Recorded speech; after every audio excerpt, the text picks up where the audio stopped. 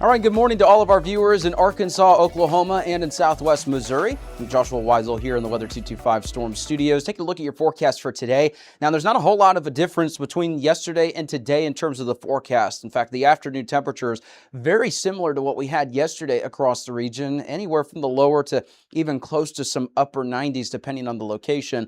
Some of the warmer spots, of course, are going to be the River Valley, as you can see, right around 96 between Fort Smith, Poteau, and Waldron. Southwest Missouri, Northwest Arkansas, right around the lower 90s, closer to the mid 90s in a large portion of our Oklahoma County coverage area.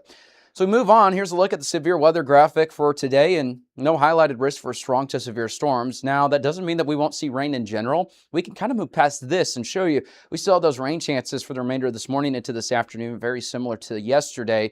And keep in mind, even if your area is not covered with the rain chances by percentage, kind of what we have here with our unique algorithm that you'll only find here at Weather 225, doesn't mean that you won't see rain. It's tricky because, you see this, you might think, that guarantees rain for some locations and other areas aren't going to see it. The activity we're going to see today is kind of like what we saw yesterday afternoon and yesterday evening. Very random. And it's not going to be widespread. It's going to be a couple pop-up showers and a few isolated thunderstorms. You may only get a handful of these. We're talking like 1, 2, or 4 of these little pop-up showers and storms. Not long-lived, maybe some 30 to 40-mile-an-hour winds, some lightning, some localized heavy rain. Not everyone's going to see this activity. In fact, with the future scan radar, it's actually tough to nail down the activity because when it's random in coverage and kind of just popping up, Feature Scan has a hard time identifying kind of the overall coverage in its outlooks. So here's a look at what we got for the rain for today. And once again, you can see some areas, maybe a couple tenths of an inch, and then some other areas may see a little bit higher, maybe closer to an inch. So not everyone's going to see rainfall. Not everyone's going to see heavy rainfall. Not everyone's going to see thunderstorm activity in general. But it's just something I want you to keep in mind this afternoon and this evening that, yeah, we may see some isolated to scattered showers and storms across parts of the area, but not everyone's going to see this activity. Some localized heavy rainfall may be possible. Now, as we make our way into the Foghorns Morning Fog Outlook for today, the good news is nothing really to highlight. And, thanks to Foghorns for sponsoring our channel. So grateful to have them here on the channel with the Foghorns Morning Fog Outlook. Be sure to tune in throughout the week and for the morning commute forecast with the Foghorns Morning Fog Outlook. Good news is not expecting any sort of widespread or any sort of issues in general for reduced visibility in terms of the fog. So shout out to them, support them. You can visit them in Springdale and in Fayetteville. Give them the support that they give us. So be sure to tune in for the updates and also, give them a visit, Springdale and in Fayetteville. All right. Here's the regional drought update. And the reason I'm saying that kind of a little bit sarcastically is because you're probably thinking, we just had all that rainfall. What are you talking about, drought? That's kind of what my thought has been the last several weeks. But surprisingly, it hasn't been enough in many locations, especially further to the south and east near central Arkansas. Now, we've had a lot more rainfall in parts of northwest Arkansas and the River Valley compared to other parts of the state. But some of our southeast counties in the River Valley, you can see they're still into the extreme drought levels. And some of the areas further to the west near Stillwater and Payne County, Oklahoma, we're in the moderate drought category. And that feels weird because we've had a lot of flooding. We actually saw some considerable flash flood warnings in Stillwater not that long ago. And so when you're thinking, we've had tremendous amount of rainfall activity over the last several weeks, fortunately, it's not quite enough. Now, this was an update as of yesterday, and fun fact, if you didn't know, drought updates update every Thursday. So if you're a farmer, if you're doing any sort of work outside and, you need access to the drought monitor, those update on Thursdays. Here's a look at what we've got there. And unfortunately for our friends in the River Valley and then our far western Oklahoma counties, the rainfall has not been enough to fully overcome the drought, at least as of now. The good news is, at least we got some rainfall chances on the way.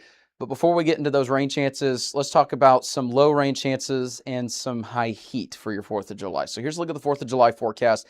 The only update that we've made is earlier in the week, we showed you that the temperatures were looking more upper 90s, maybe some triple digits in some parts of the area. Well, now the latest forecast, and this is, forecasting in general, these forecasts can update sometimes numerous times a day, and they're going to certainly update every day as we get closer to the actual day that's being forecasted. So right now we have lowered the temperatures by a couple degrees just based off of the latest trends. Not a major drop in terms of temperatures or anything like that. But there's also going to be a 20 to 30% chance for a couple pop-up to scattered showers and thunderstorms. Not everyone's going to see this activity, and it's tricky messaging because I know everyone's excited for the 4th of July, may have time off, if you worked over the weekend or really just anything in general. It's exciting to get out there, celebrate America's 250th birthday. That's why we've got different American flag themed ties this week.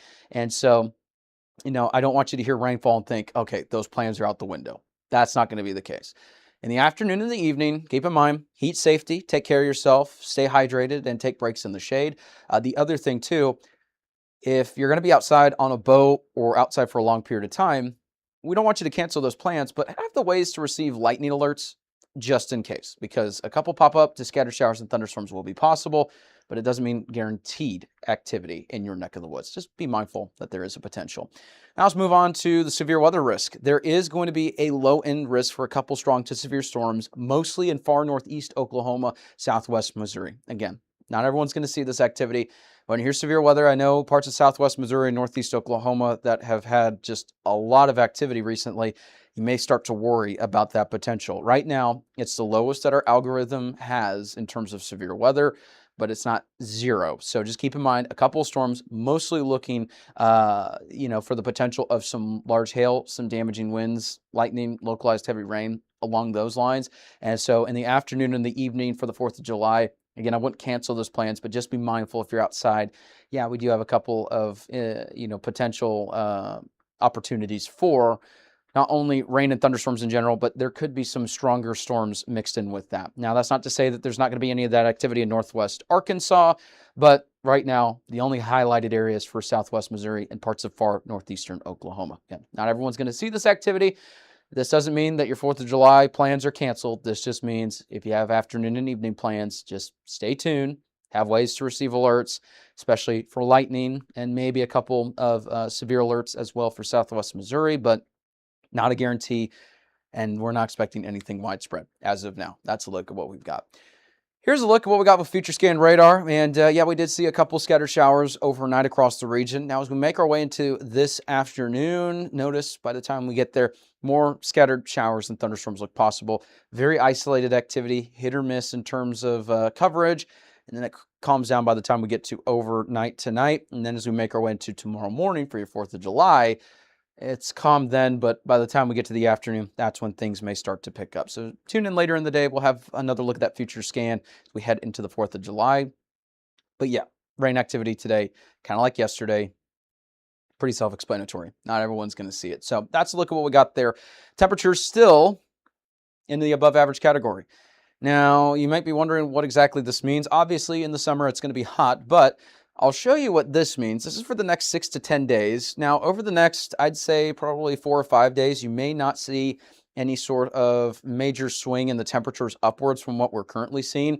But by the time we get to mid to late week next week, there's some triple digits on the horizon for parts of Oklahoma and Arkansas. And we'll show you that with the breakdown of the 7-day forecast here coming up. But as we make our way into the precipitation, as we showed you the drought monitor, good news is we got some rain chances on the way. So maybe this will help with that drought monitor just a little bit more. I know it's weird to say that we're still in extreme drought in some locations because of all the rain that we've seen. But some good news for some of our River Valley viewers is notice it's not only the slightly above average precipitation potential that we've been seeing the last several days with this outlook, it's now been bumped up to the moderately above average potential, which doesn't guarantee anything 100%. It just means slightly better probabilities for rain could be possible. So hey, we could use the rainfall. As long as it doesn't bring storms with it, take it from me. It's been a very busy last several weeks across the area. So we'll take the rain as long as it's not associated with storms. But if storms do occur, we're here for you 24 hours a day. Here's a look at the Northwest Arkansas 7-day forecast. And yeah, we got some rain and thunderstorm chances pretty much every day, but it's not going to be like what we saw in June where every day was 40 to 60% in terms of coverage. Very isolated pop-up activity. Kind of usual for this time of year. So only about 20 to 40% in terms of the overall coverage, depending on the day. I think the better days for coverage are going to be Sunday through Tuesday. And then Thursday, temperatures start to slightly warm in Northwest Arkansas, but keep in mind, Northwest Arkansas, it's a little bit weird, especially the official recording location in Fayetteville.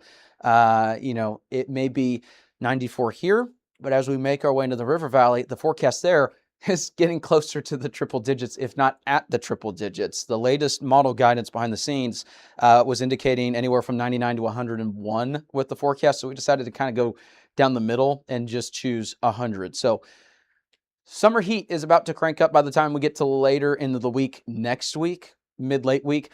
But we do have some low-end rain opportunities over the next several days. Keep in mind, we are going to keep the humidity as well. So heat index values are going to be certainly a lot warmer than that. And, can't say for certain, but if we start seeing the triple-digit actual temperatures and then we see that combined with the humidity, we may start to approach a little bit more of the extreme heat warnings for some locations. We'll have to wait and see what the Weather Service does there, but certainly I think there's a few opportunities for additional heat advisories going forward. Not guaranteeing that those alerts are going to be issued, but when you start to see the ingredients and then the temperatures, kind of start to wonder, are we going to start to see those higher end heat index values, stuff along the lines there. Here's a look at what we got for, southwest, northeast Oklahoma into southwest Missouri. We'll get to that one here in just a second. But northeast Oklahoma, you can see kind of the same thing. Roughly upper 90s, lower triple digits by the time we get to Wednesday, Thursday across Oklahoma. And then as we make our way into southwest Missouri, kind of the same thing, not as warm, mostly upper 90s by the time we get to Wednesday, Thursday. Some rain and thunderstorm opportunities pretty much off and on every day, but very isolated the next few days, maybe a little bit more scattered by the time we get to Sunday through Tuesday. That's a look at your forecast. Thank you so much for starting your day here with us at Weather 225.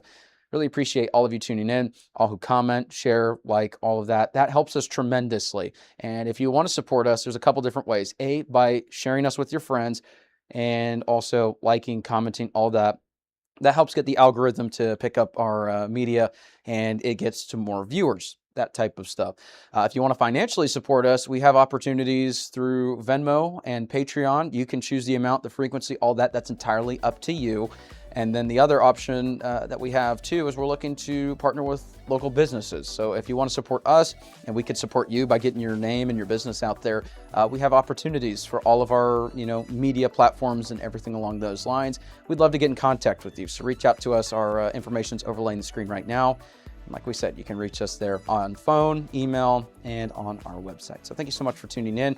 I'm Joshua Weisel. Hope you have a great rest of your day. There's that, and we have a little TVS there, tornado vortex signature, and that's indicative of some fairly strong rotation. With the latest state-of-the-art equipment, we can call out areas of concern ahead of the warning. And there it is. We called it here first, y'all, and we are able to show you these things in real time, and our tools, you can't beat them. We're able to show you these things as they happen before the warning even occurs. This is coverage you won't find anywhere else. Weather coverage with Joshua Weisel in the Weather 225 Storm Studios. Weather local to you since 2015.